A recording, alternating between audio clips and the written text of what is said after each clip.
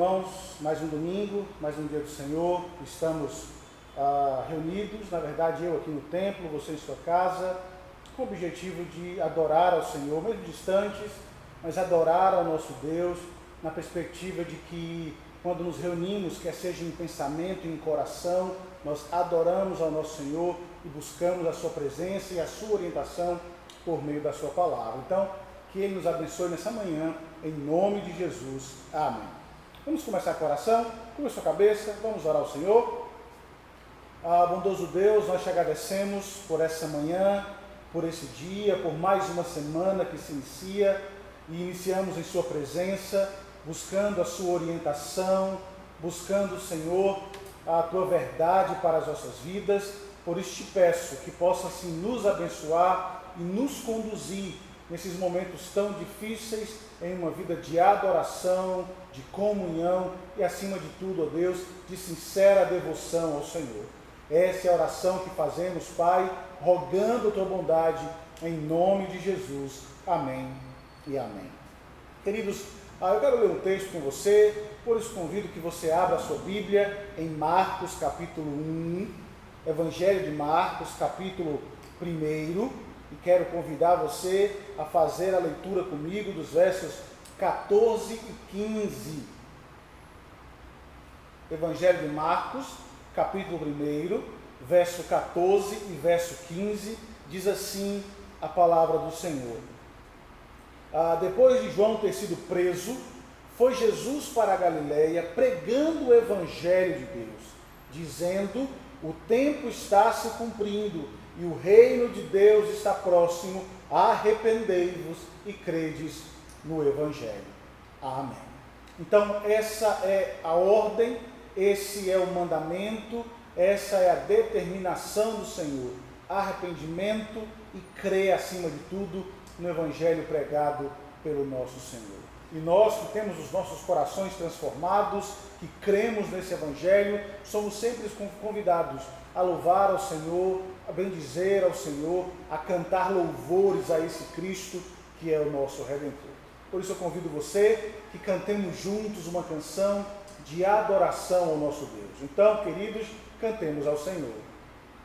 Eu vou voltar ao início de tudo, encontrar-me contigo, Senhor.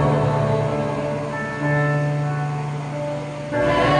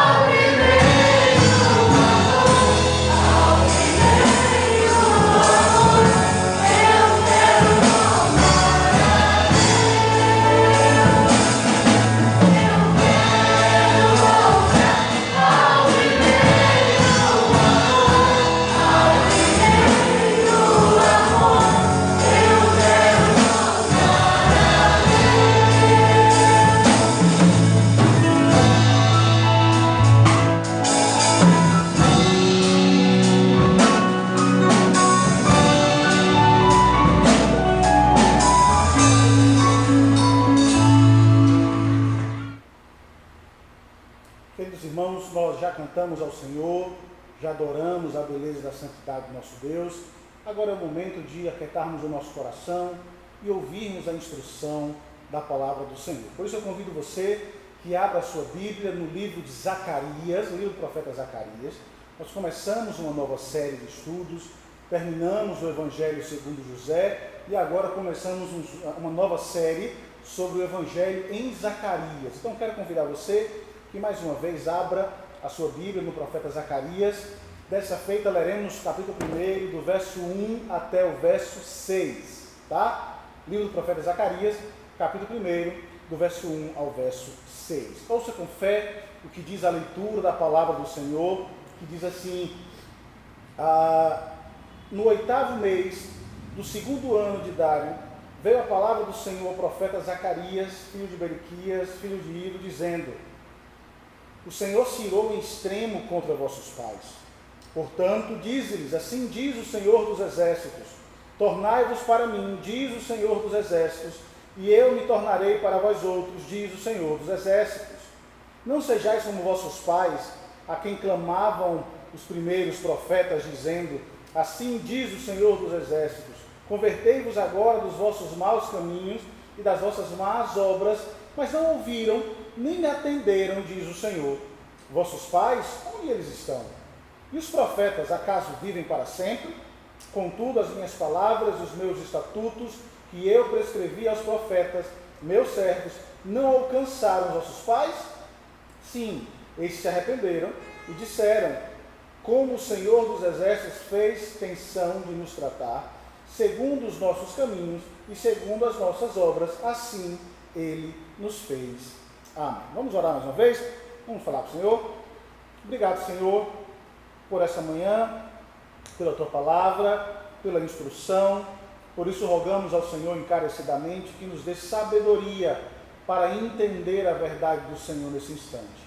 Essa é a oração que te faço, Pai, no nome que está acima de todo nome, nome santo, excelso, glorioso de Jesus. Amém e amém. Queridos, como eu disse, nós começamos a estudar o livro do profeta Zacarias com o objetivo de entender como o Evangelho pode nos ajudar em tempos difíceis. Que o Evangelho é extremamente prático, quer seja ele visto no Antigo Testamento ou no Novo Testamento. Semana passada, nós começamos com o estudo introdutório do livro do profeta, onde nós abordamos o contexto histórico em que Zacarias viveu naqueles dias, tá? E o que ficou claro para nós é que a situação em que vivia o profeta não era uma situação boa nem agradável para ninguém, mas era uma situação de extremo desânimo.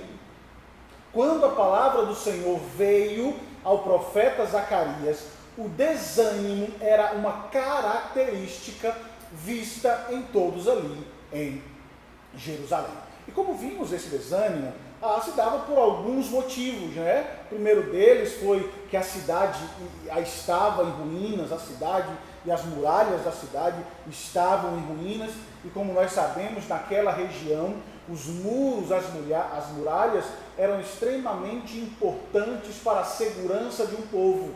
Então, olhar para as ruínas da muralha gerava uma incerteza e uma insegurança no coração de todo israelita.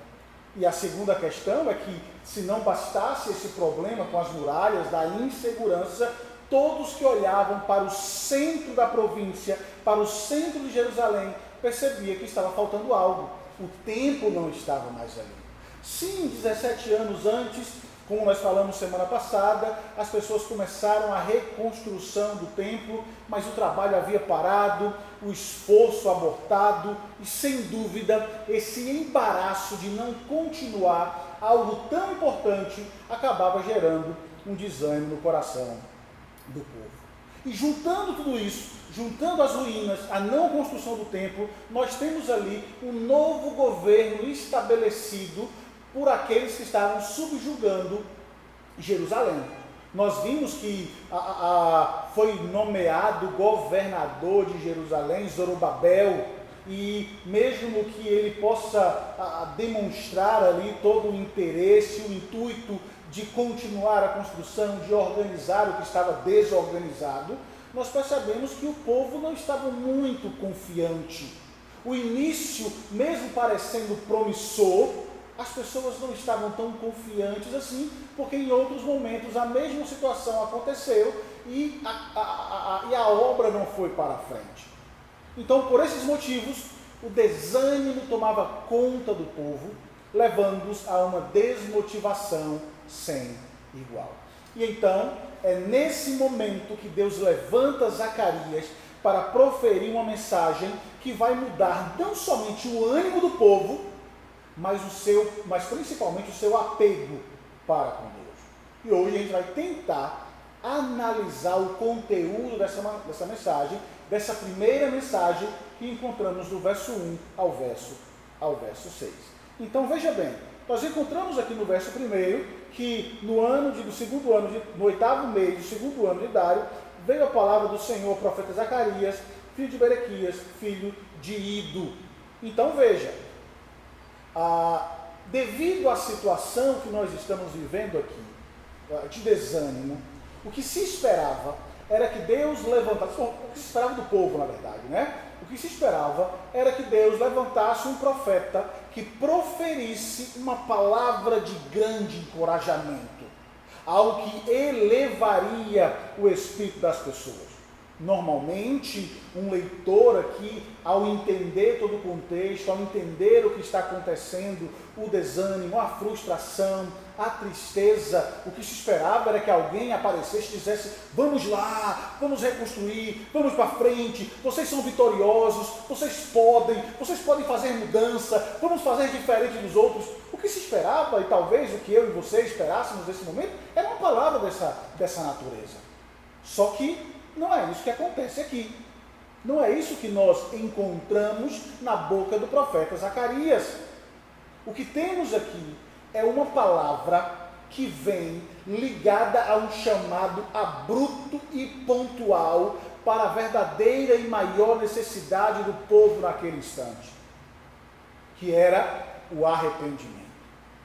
Antes que quaisquer palavras ou promessas fossem proclamadas e proferidas ao coração do povo, o Senhor chama Zacarias para entregar uma mensagem de arrependimento ao povo. E isso é extremamente interessante. Por quê? Porque o encorajamento, a motivação, o ânimo só aconteceria de fato se o povo entendesse a necessidade de arrepender-se dos seus erros. E perceba como isso é interessante, queridos. Porque se prestarmos bem atenção no que temos aqui, nós veremos que esse arrependimento não seria de qualquer forma, ou não meramente um arrependimento de palavras, ou aquele reconhecimento pontual, mais passageiro, não. O que se esperava aqui é que houvesse de fato um arrependimento genuíno, arrependimento esse que seria caracterizado por algumas questões muito importantes. E nós vemos a descrição aqui em nosso texto. Então veja, a primeira marca desse arrependimento, visto aqui na palavra do profeta Zacarias, é que esse arrependimento seria marcado por um reconhecimento de erro do passado. Tá? Simples. A primeira marca desse arrependimento seria, na verdade, um reconhecimento de erros do passado. Porque veja, as gerações anteriores, como bem sabemos e tratamos aqui semana passada, haviam provocado repetidamente o nosso Senhor. O próprio versículo 2 diz isso. E Zacarias os lembra desse fato quando diz: o Senhor se irou em extremo contra os vossos pais. A geração dos pais desse povo foi marcada por anos de idolatria, sincretismo religioso, adoração hipócrita, falha moral, exploração dos pobres, aliança com inimigos que não foram aprovados por Deus, e uma liderança marcada por corrupção levando assim o povo, principalmente Deus, a se irar devido a tudo que estava acontecendo naquele período. Embora, claro, existisse ali exceções, a nação tinha uma longa lista e uma longa história de quebra de aliança. E então Zacarias chama a sua geração a fazer o que os seus pais não fizeram. Zacarias chama o seu povo a dizer: olhe para trás, veja como seus pais andaram, veja como o povo andou, perceba os erros, reconheça os erros, reconheça que eles falharam. Há uma necessidade de reconhecimento de que lá atrás, a maneira como o povo governou, como o povo andou e como o povo adorou, foram feitos de maneira errada, que desagradaram a Deus. Se não houver esse entendimento, se não houver essa percepção e esse reconhecimento, não haveria arrependimento.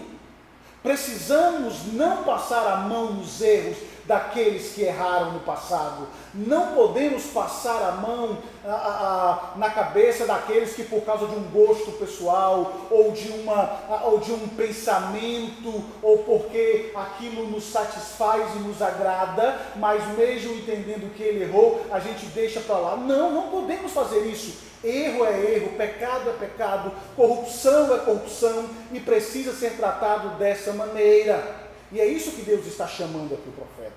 Não podemos olhar para trás e não reconhecer o fato de que houve erro. E Deus está dizendo: os vossos pais erraram, por isso reconheçam tudo o que aconteceu. E o versículo 3 traz aqui algo muito interessante para nós. Porque aquilo que os pais não fizeram, os filhos agora deveriam fazer. Porque ao reconhecer o erro do passado, eles precisam agora, nesse momento da história, ter uma atitude diferente. E o verso 3 nos mostra qual é essa atitude. Ele diz: tornai-vos para mim, diz o Senhor dos Exércitos, e eu me tornarei para vós outros. O arrependimento, o entendimento era necessário. O arrependimento é o reconhecimento dos fatos do passado, e o arrependimento nos leva a ter uma postura diferente. Reconhecemos o erro, entendemos que estava errado, e agora teremos uma atitude diferente, que é não fazer aquilo que os nossos pais fizeram, que foi dar as costas ao Senhor. Antes, voltarmos ao Senhor, buscarmos ao Senhor, abandonando as velhas práticas e assim nos entregando a uma vida de um relacionamento com o Senhor. Mas veja, a grande questão é: como o povo demonstraria de fato que entenderam o erro, que pararam com esse erro e se aproximaram do Senhor? Seria que somente por palavras? Não. E a resposta a essa pergunta nos leva então à segunda característica que seria vista no arrependimento desse povo. Porque, em segundo lugar, o arrependimento seria visto no esforço por reformar o templo. Olha como isso é interessante. Porque veja, o retorno ao Senhor em arrependimento seria demonstrado pelo esforço do coração do povo e visto por todos fielmente no esforço em reformar, restaurar aquilo que não existe mais ali no centro da cidade. E para o Senhor, para o nosso Deus, o retorno seria marcado pela morada do seu Espírito novamente no meio do povo. Porque nós precisamos entender que o esforço da reconstrução e a presença de Deus no meio do povo selaria ou marcaria algumas questões muito interessantes. E é isso que o Senhor está dizendo. E essa questão é vista justamente quando ele diz: voltai-vos para mim. Tá? Porque não se trata aqui de uma reconstrução de simples comportamentos desviantes, ou de se conformar mais uma vez com normas e regras que podem ser vistas ali, ou simplesmente construir o templo para ter um espaço, um talismã ali no centro da cidade que revelaria como eles eram diferentes dos outros povos. Não. A reconstrução do templo não se dava por essas questões. De forma nenhuma. A reconstrução do templo marcaria um desejo sem igual de voltar a relacionar-se com o Senhor. O desejo de ter novamente a presença de Deus no meio deles. É isso que marcaria o arrependimento. O arrependimento não é visto apenas em palavras quando dizemos, eu estou arrependido. Não. O arrependimento é marcado por um retorno, por uma intimidade com Deus, por uma vida aos pés do Senhor. E se você quer saber de fato se aquele que está perto de você, ou se você mesmo está arrependido dos erros cometidos por você no passado, ou inclusive hoje, ele é demonstrado em um retorno, em uma volta, em um relacionamento com Deus, em vida de oração, de intimidade com Ele, de busca ao Senhor. Arrependimento não são palavras, arrependimento é uma volta a um relacionamento com Deus. E é isso que nós vemos aqui no chamado de Zacarias.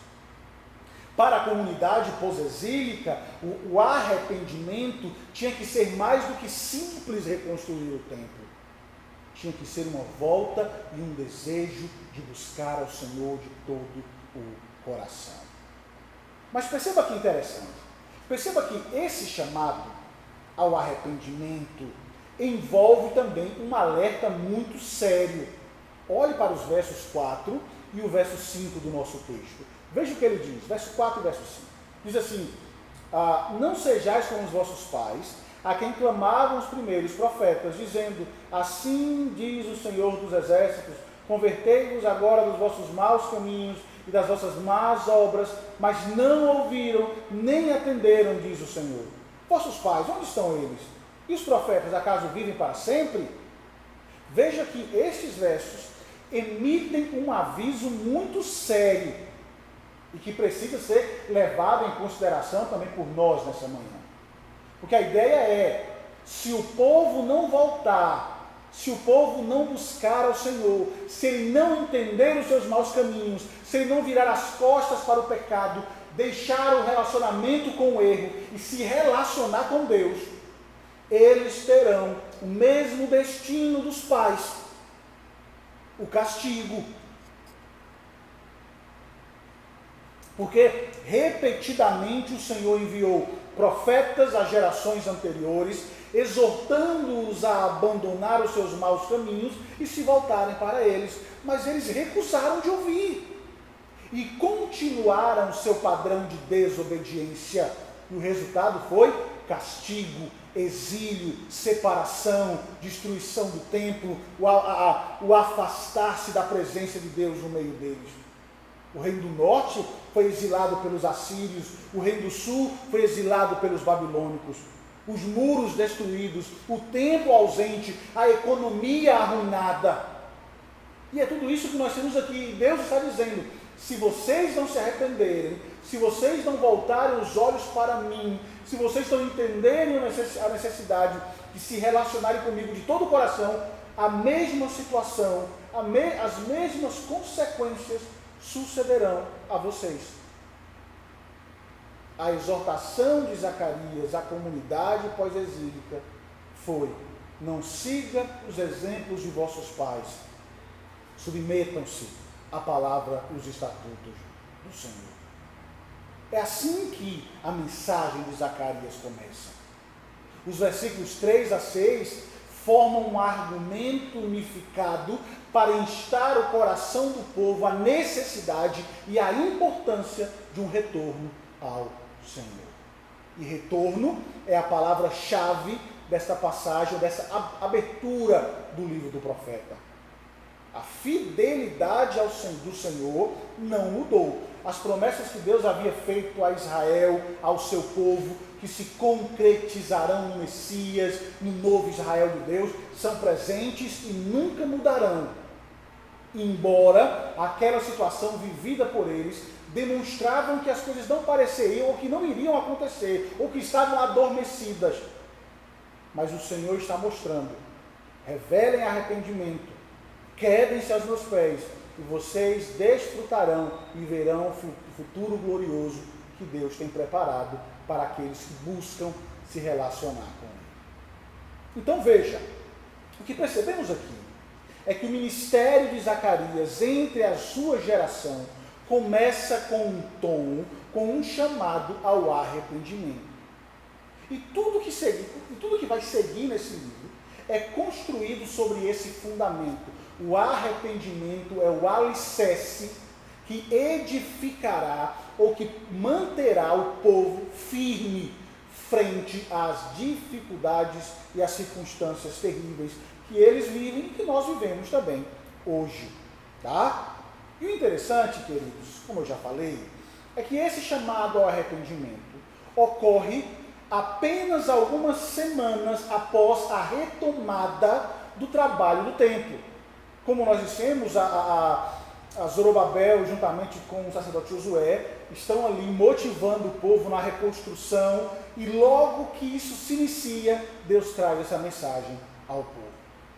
Nesse estágio inicial, talvez o povo tenha sido tentado, ali, como eu disse, a exaltar o projeto da edificação, sobre aquela questão de ter ali sim um amuleto, um talismã dentro do povo, tentados a entender a importância do templo por mera questão física ou por mera questão estrutural. Só que reconstruir o templo por uma visão errada ou uma dependência excessiva do templo com esse talismã não revelaria de fato o que havia no coração deles, ou revelaria sim o que havia no coração, os interesses errados. Então, em antecipação a esse sentimento que poderia nascer no coração de cada israelita, Zacarias é usado por Deus para mostrar a principal necessidade do povo. E a necessidade fundamental do povo não era um templo reconstruído, era um coração renovado. O templo está sendo restaurado, e isso é esplêndido.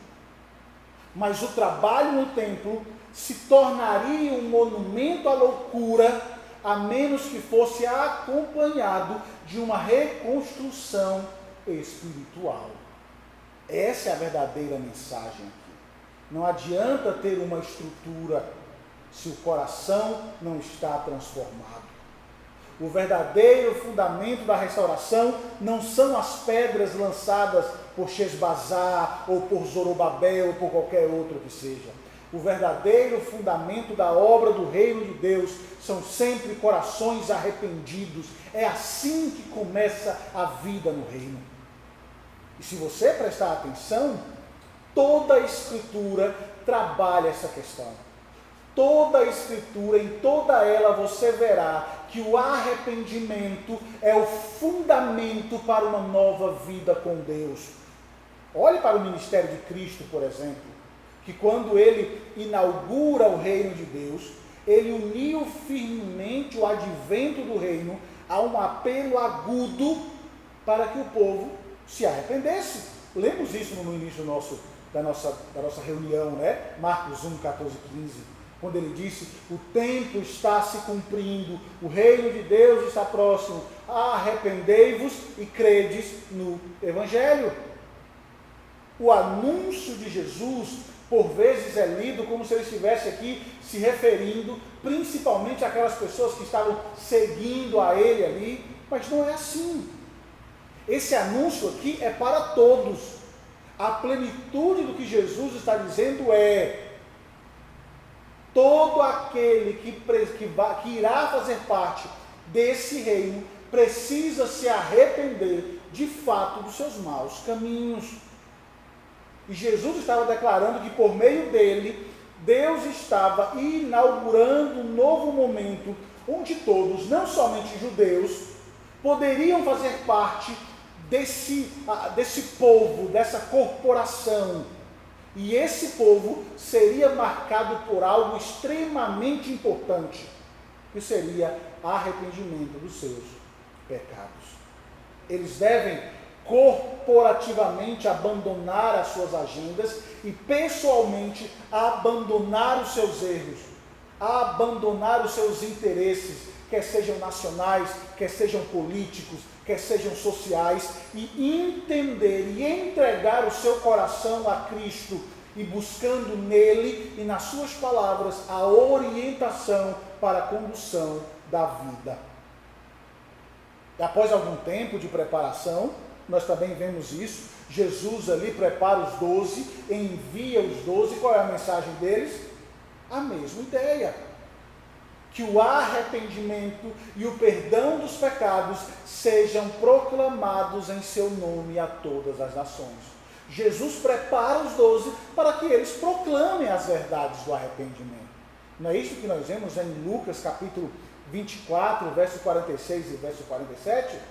Quando lemos a seguinte descrição: e lhes disse, assim está escrito que o Cristo havia de padecer e ressuscitado entre os mortos no terceiro dia, e que em seu nome se pregasse arrependimento para a remissão de pecados a todas as nações, começando por Jerusalém. Essa foi a mensagem. Por isso não é de se surpreender que nos primeiros dias da igreja, sob a liderança dos apóstolos, nós encontremos a mesma motivação e a mesma mensagem na boca de cada um.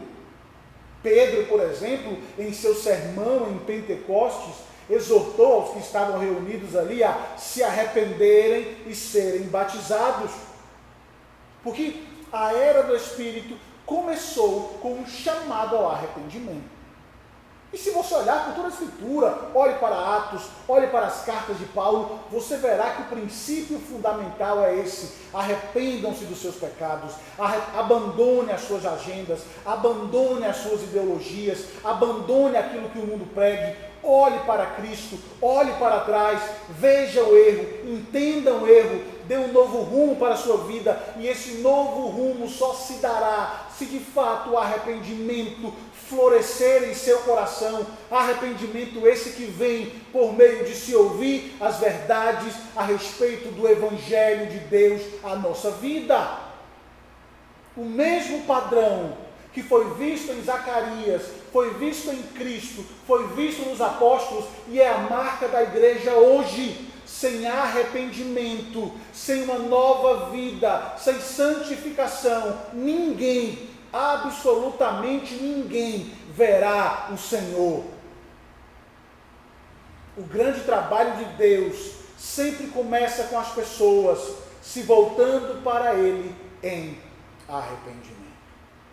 Então veja, queridos, e esse princípio, como eu disse, também se aplica para as nossas vidas hoje. Porque, como a comunidade dos dias de Zacarias, nós também esquecemos facilmente desse verdadeiro fundamento da grande obra de Deus, que são corações arrependidos. Para eles e para muitos, a tentação seria lançar-se na construção do templo sem o necessário arrependimento, sabe? Fazer por fazer, fazer para que as pessoas vejam ou para que o nome fique visto na história. Só que não é isso que Deus está procurando nos seus seguidores. Não é um trabalhar, um envolver-se apenas para deixar o seu nome marcado, não. A verdadeira motivação para nós deve ser trabalhar para o Senhor, porque temos um coração transformado.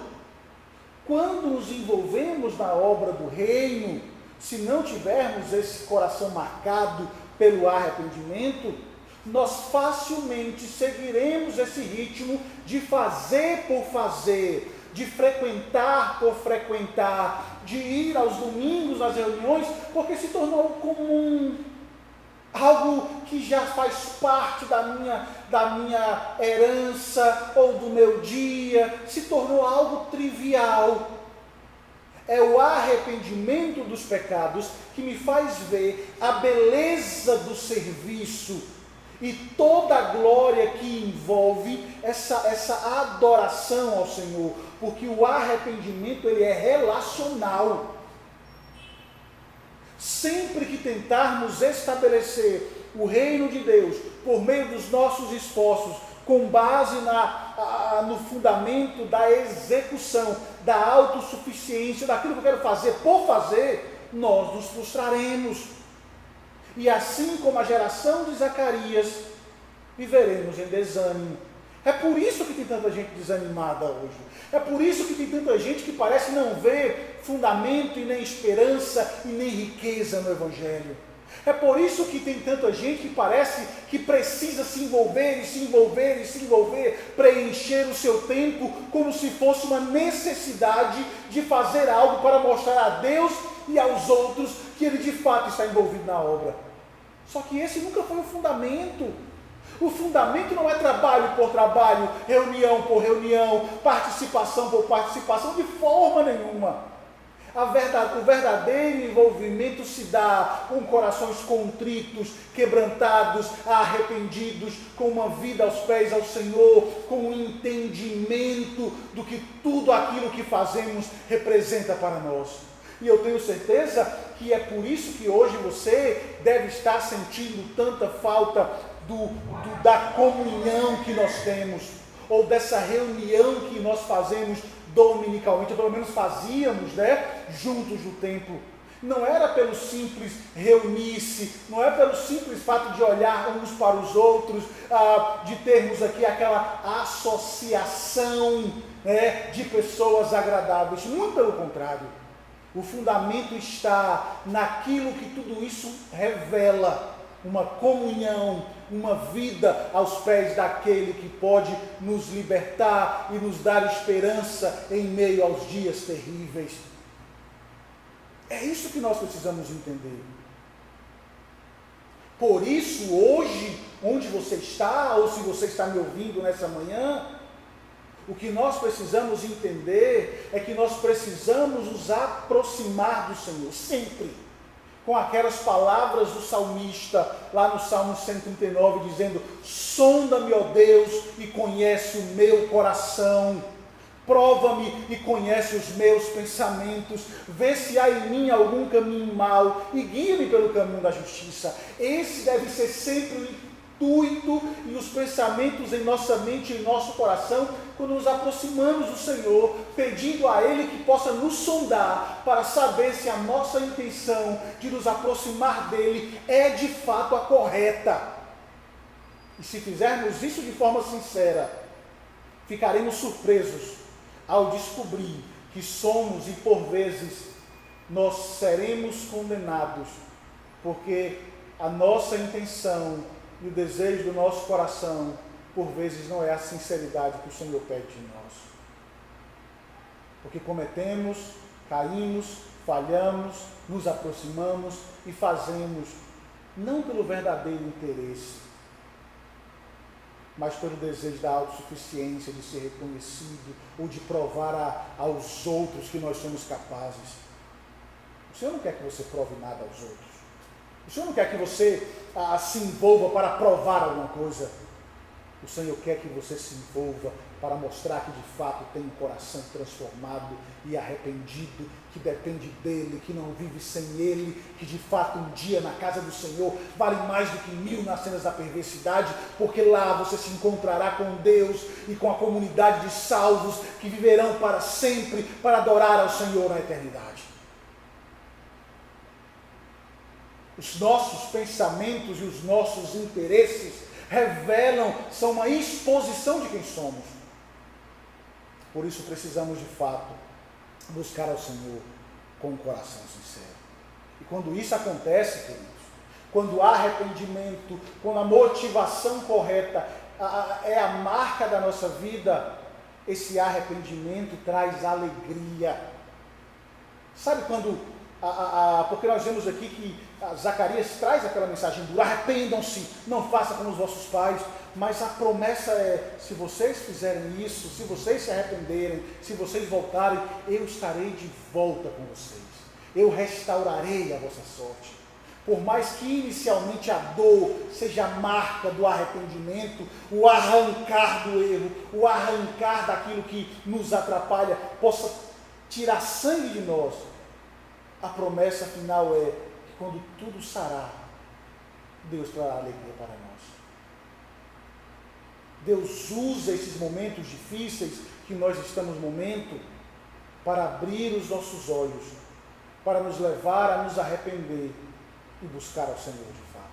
Talvez, inclusive, o próprio momento que nós vivemos hoje. Talvez, como sabemos, talvez não, sabemos que Deus está no controle de todas as coisas e Deus tenha permitido que aconteça essa situação de afastamento, de isolamento, para provar a mim e a você a importância da adoração comunitária, para mostrar a nós a importância de estarmos juntos. Eu tenho certeza que, assim como eu, hoje você em sua casa sente o fato de não estarmos mais aqui, fechando os nossos olhos, cantando junto, Maranata, ora vem Senhor Jesus, ou quão grande é o Senhor. Eu tenho certeza que isso tem feito o seu coração doer. Mas olhe para trás. Como você encarava essa realidade, essa comunhão? Era uma simples reunião? Era uma simples comunhão? Ou você entendia a importância desse relacionamento com Deus? Quem sabe Deus permitiu tudo isso para tratar com o meu e com o seu coração, para mostrar o quanto isso é importante, o quanto faz falta, o quanto a adoração é importante. E aí Ele nos chama ao arrependimento. Olhe para trás, olhe para os erros, olhe para a valorização, olhe para as suas prioridades, olhe para como somos frágeis, busque ao Senhor e viva para Ele. Nesse sentido, o arrependimento não é apenas importante, ele é indispensável. Por isso precisamos dessa questão. E quando eu trabalho essa questão do arrependimento, eu não digo apenas de questão particular, individual de cada um, mas também precisamos pensar isso a nível de igreja, de corporação.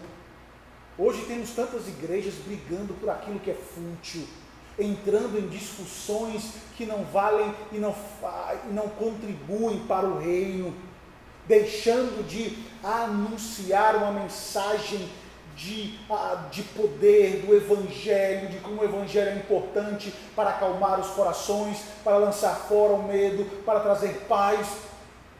E as igrejas estão envolvidas em debates, em preocupações meramente mesquinhas.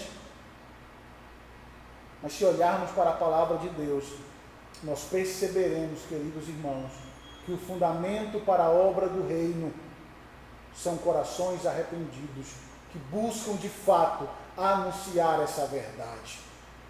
Precisamos nos voltar para Ele individualmente e corporativamente, abrindo os nossos corações, renovando a nossa mente e mostrando ao mundo que de fato buscamos ao Senhor, porque entendemos que Ele é mais poderoso do que tudo nessa vida. Nós desfrutaremos da alegria verdadeira. É isso que nós precisamos entender, queridos. Agora veja, para fechar, o que mais precisamos em dias como o nosso, entenda isso, não é apontar o erro dos outros, não é mostrar o quanto esse ou aquele é falho. Isso tem sido muito comum em nossos dias.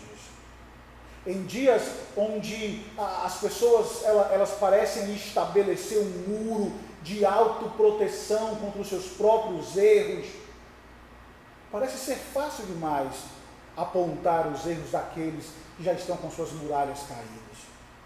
Mas nós não somos chamados para fazer isso.